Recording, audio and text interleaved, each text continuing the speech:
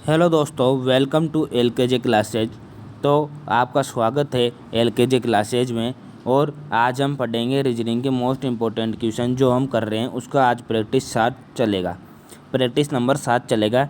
ये आपके CHSL के क्वेश्चनों के लिए और अभी आ रही जो आगे वैकेंसी या यूपी पुलिस या PTET, राजस्थान PTET, आपके सभी संभावित जहाँ पर भी रीजनिंग चलती है, जिस भी क्षेत्र जिस भी परीक्षा के लिए रीजनिंग उपयोगी होती है, उन्हीं सभी परीक्षाओं के लिए ये क्लास आपके वो उपयोगी बनेगी। तो रीजनिंग के मोस्ट इम्पोर्टेंट क्वेश्चनों को आगे बढ़ाते हुए पहले क्वेश्चन की तरफ हम चलेंगे। पहला क्वेश्चन क्या कह रहा है? पहला क्वेश्चन कह रहा है कि जैसे लॉकर है अपना लॉकर, उसको ये KMNPBOJLDFOS लिख रखा है। तो कैसे लिख रखा है? तो KMNPBO नहीं है भाई, ये D है यहाँ पे, है ना। इस चीज़ को आप ध्यान रखना, ये क्या है? D है, D।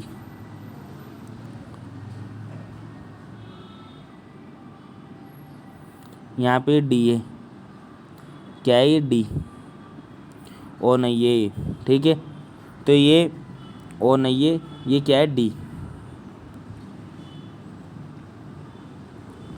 DJLDFOS। तो आपको पता है, तो मैंने इसको D बनाने की पूरी कोशिश कर दी है और D अभी आपको थोड़ा थोड़ा दिख भी रहा होगा। तो जैसे ये KMNPBDJLDFOS ये दे रखा है, तो आपको पता है L इन दोनों के बीच में आता है, K और LM, ठीक है।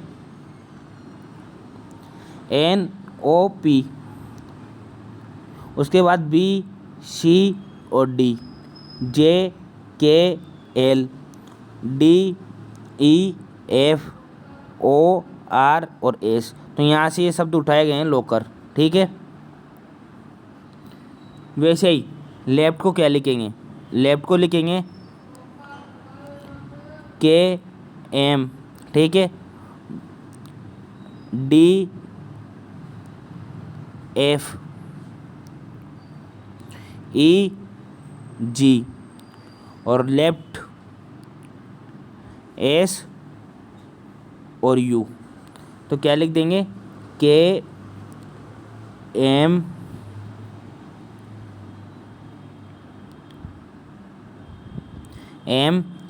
DFEGSU। तो ये अपने पास आंसर हो जाएगा। इनके बीच के शब्द को अपन को अगल और जो मतलब आगे और पीछे वाले शब्द को लिखना है, ठीक है। आ गया समझ में? तो ये अपने पास आंसर हो जाएगा। ये अपने पास क्या हो जाएगा? आंसर हो जाएगा। वो अगले क्वेश्चन की तरफ चलते हैं। अगला क्वेश्चन कह रहा है अंडरवुड में A, F और I है, इसका मतलब क्या हो रहा है? M। तो इनकी प्लेस वैल्यू रख दो, यहाँ पे प्लेस वैल्यू रखो 1, 6 और 9, ठीक है, यही होगी ना। और M की प्लेस वैल्यू 13, समझ गए आप। और अंडरवुड A, D और D, इनकी प्लेस वैल्यू 1, 4, 4। इधर L की प्लेस वैल्यू 12। वैसे ही अंडरवुड A, B और A, इसका मतलब क्या होगा? तो इसका मतलब 1, 2, 1, 121 की प्लेस वैल्यू 11। तो यहाँ पे आ जाएगा K आएगा यहाँ पे K, ठीक है। ये आंसर हो जाएगा। यदि 10 मार्च 1818, 10 मार्च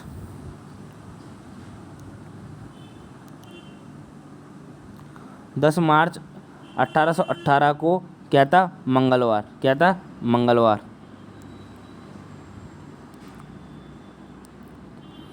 ठीक है। तो 10 मार्च 1857 को क्या होगा? 1857।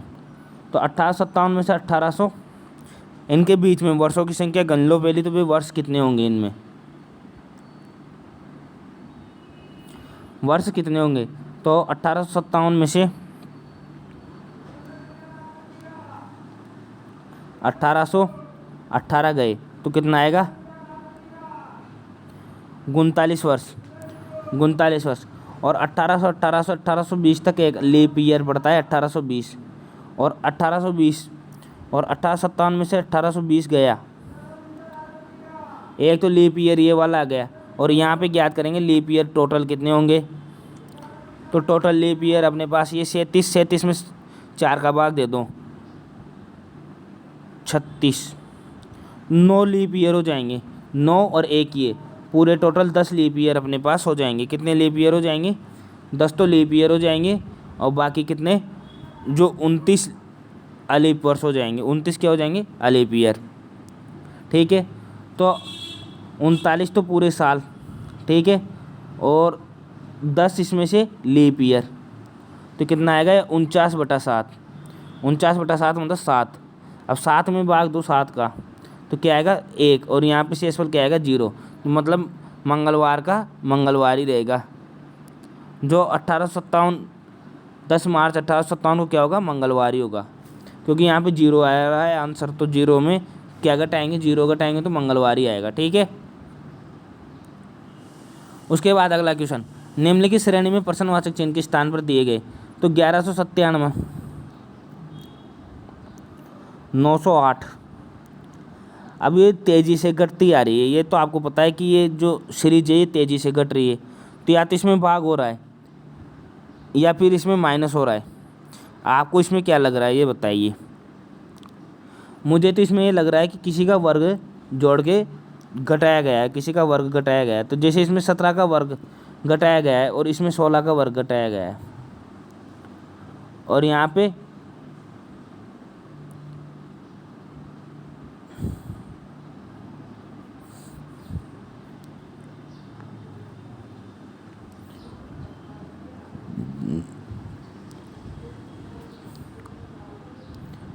ये देखो आप, इसमें क्या है, इसको घटा के देख लो, 1197 से 908 भेजो, 1197 908 को घटा लो, कितना आएगा, 17 में से 8 गया तो 5। ठीक है, 17 में से 8 गया तो 5 बचता है कि भाई, 9 बचता है यार। ठीक है, और यहाँ पे 8 और यहाँ पे 200, 289 किसका वर्ग हो गया, 17 का। ठीक है, 908 में से 689 घटाओ, 908 में 689 घटे, 8 में से 3 गए तो 5, और 10 में से 8 गए तो 2, और यहाँ पे बचा 8, 225, यहाँ पे हुआ 15।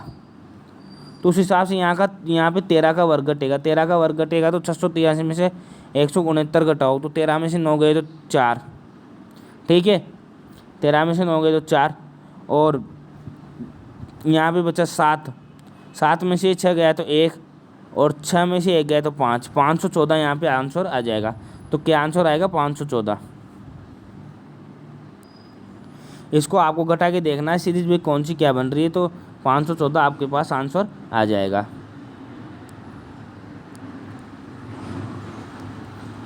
नीचे दिए गए 4 शब्दों में से 3 एक निश्चित प्रकार से समान है। नीचे दिए गए जो नीचे ये 4 ऑप्शन दिए गए हैं उनमें से 3 तो समान है और एक इनमें से अलग है। तो कौन कौन से समान है? उभारना, अनुकरण करना और प्रेरित करना। उभारना मतलब उभारना, किसी को उभारते हैं मतलब मैं आपको मोटिवेट करूं तो आप अंदर से जगोगे मतलब आपके अंदर ये आएगा कि हाँ मैं कर सकता हूँ, और आप मेरा अनुकरण करोगे, उस बात का क्या करोगे, अनुकरण करोगे। और प्रेरित करूँगा, मैं आपको प्रेरित करूँगा, तो ये तीनों सिमिलर है। जो ए ऑप्शन, सी ऑप्शन और बी ऑप्शन है ना, ये तीनों सिमिलर ऑप्शन है, ठीक है। और इनमें उकसाना मतलब, उकसाना का मतलब है या किसी लड़ाई के लिए उकसाना, मतलब उकसाना एक नेगेटिव वर्ड आता है यहाँ पे। तो ये आपका मेरे हिसाब से बिल्कुल सही आंसर बी ऑप्शन हो जाएगा। उसके बाद वेन डायग्राम अपने पास आया है, वेन आरेख। तो पृथ्वी और सौर प्रणाली और शुक्र, तो आपको पता है पृथ्वी और शुक्र ये दोनों ग्रह है, और सौर प्रणाली इनका एक हिस्सा है, मतलब सौर प्रणाली के ये हिस्से हैं। तो अपने पास बी ऑप्शन बिल्कुल राइट हो जाएगा। बी ऑप्शन क्या हो जाएगा, बिल्कुल राइट ऑप्शन अपने पास हो जाएगा। उसके बाद अगला क्वेश्चन, सहमति का जो संबंध संघर्ष से है। सहमति, आपको पता है सहमति, सहमति का विलोम दे रखा है यहाँ पे। सहमति का मतलब एक तो हंसी खुशी से काम हो जाए, एक अपन को उसके लिए संघर्ष करना पड़े, तो इसका विलोम है ये। क्या है, इसका नेगेटिव वर्ड है। तो प्रतिरोध का वही संबंध, प्रतिरोध का मतलब मनमुटाव, प्रतिरोध होगा तो मनमुटाव होगा, विरोध प्रतिरोध में आएगा या अनादर। लेकिन स्वीकार्यता अगर अपन कर देते हैं तो यहाँ पे विलोम ही तो पूछ रहा है इसका, कि इसका विलोम क्या होगा। तो स्वीकार्यता अपने पास आंसर हो जाएगा। इसका आंसर क्या हो जाएगा, स्वीकार्यता।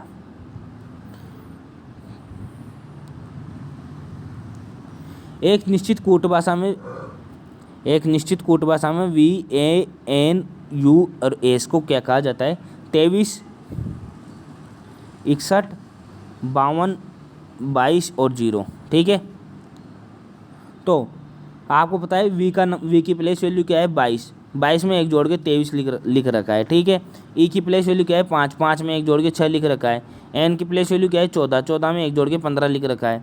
और यू की प्लेस वैल्यू क्या है, 21, 21 में एक जोड़ के 22 लिख रखा है। एस की प्लेस वैल्यू क्या है, 19, 19 में एक जोड़ के 20 लिख रखा है। इस हिसाब से ये प्रश्न अपना बन रहा है। तो उस हिसाब से अर्थ को क्या लिखेंगे, अर्थ को क्या लिखेंगे, 5 का 6, 1 का 2, आर का क्या लिखेंगे, आर को क्या लिख देंगे भाई, आर आता है 18 पे तो 19 लिख देंगे। और टी अपने पास आता है 21 पे तो यहाँ पे लिख देंगे 22। और यू अपने पास आता है 21 पे आता है तो 22 लिख देंगे। और यहाँ पे 21 आएगा, 20 पे आता है ना टी, 20 पे आता है, सॉरी है ना, 20 पे टी आता है। तो अपने पास बनेगा 6, 2, 19, 21 और 22। 6, 2, 19, 21, 22 क्या बनेगा, 6, 2, 19, 21 और 22, ये अपने पास आंसर आ जाएगा। उसके बाद अगला क्वेश्चन कह रहा है कि ये जो चित्र दे रखा है इसको पूर्ति कीजिए, चित्र की पूर्ति कीजिए। तो आप देखो इसमें क्या रह गया, एक तो ये रह गया, मतलब एक तो ये यहाँ पे डिब्बा रह गया, अपन को पूर्ति इसकी करनी है। तो एक तो ये यहाँ पे डिब्बा रह गया और उसके बगल में ये एक और डिब्बा रह गया जिसपे ये वाला अपने पास खिंचा होगा और नीचे ये जा रहा होगा। ठीक है, तो देखो ऐसी आकृति कौन सी बन रही है, और एक माला टाइप की आपकी उस पर बनेगी। ये ऑप्शन अपने पास ये वाला बनेगा, सी वाला ऑप्शन अपने पास बनेगा, क्योंकि इसमें माला के बीच में डिब्बा आ रहा है तो इधर डिब्बा नहीं है और यहाँ पे तो पूरा गड़बड़ हो रखा है। तो अपने पास कौन सा ऑप्शन अपने पास सीधा सीधा बन रहा है, सी वाला ऑप्शन अपने पास बनेगा। सी वाला ऑप्शन बिल्कुल राइट हो जाएगा। ठीक है, और कौन सा हो रहा है एक बार देख लेते हैं इसको, और कौन सा हो रहा है, नहीं सी ही होगा भाई, सी बिल्कुल राइट है। हाँ सी बिल्कुल राइट है, सी बिल्कुल राइट है, डी वाला ऑप्शन नहीं है इसमें। ठीक है, एक बहन आ रहा है, एक दे रखा है इसमें, आयत क्रिकेट खेलने वाले छात्रों को दर्शाता है, पंचभुज फुटबॉल खेलने वाले छात्रों को दर्शाता है। आयत तो किसको दर्शा रहा है, जो क्रिकेट खेलने वाले, जो आयत है वो क्रिकेट खेलने वाले को दर्शा रहा है। पंचभुज किसको दर्शा रहा है, पंचभुज दर्शा रहा है फुटबॉल खेलने वाले को। और गोला किसको दर्शा रहा है, गोला दर्शा रहा है हॉकी वालों को। ठीक है, अपन से पूछा गया है कि कम से कम 2 खेल खेलने वाले, कम से कम 2 खेल खेले, तो कम से कम 2 खेल कौन सा खेल रहा है, एक तो ये 7 नंबर वाला, कम से कम 2 खेले, चाहे 3 भी खेल सकते हैं ना, इस चीज़ का ध्यान रखना इसमें। 7 और एक ये 4 वाला भी तो 2 खेल खेल रहा है ना भाई, और एक 10 वाला भी 2 खेल खेल रहा है, और एक 12 वाला भी 2 खेल खेल रहा है। तो 7, 4, 11, 12, 11, 10, 21, 21, 2, 23, 23, 33, तो अपने पास सही आंसर हो जाएगा 33 छात्र ऐसे हैं जो कम से कम 2 खेल खेल रहे हैं। ठीक है, तो आज का ये लास्ट क्वेश्चन था। अपने 10 क्वेश्चन यहाँ पे कंप्लीट होते हैं रीजनिंग के। कौन सी 10 क्वेश्चन अपने कंप्लीट हो रहे हैं। तो आज के लिए रीजनिंग में बस इतना ही था, और आपको चैनल सब्सक्राइब कर देना है भाई। अब तो चैनल सब्सक्राइब कर दो, बेल आइकन दबा दो, ताकि आपको हर वीडियो का नोटिफिकेशन मिल जाए। तो थैंक यू आपको ये क्लास देखने के लिए बहुत बहुत धन्यवाद। रीजनिंग के अगले मॉक टेस्ट में अपन मिलते हैं, उसमें अलग क्वेश्चनों का प्रयास करते हैं। ठीक है, थैंक यू।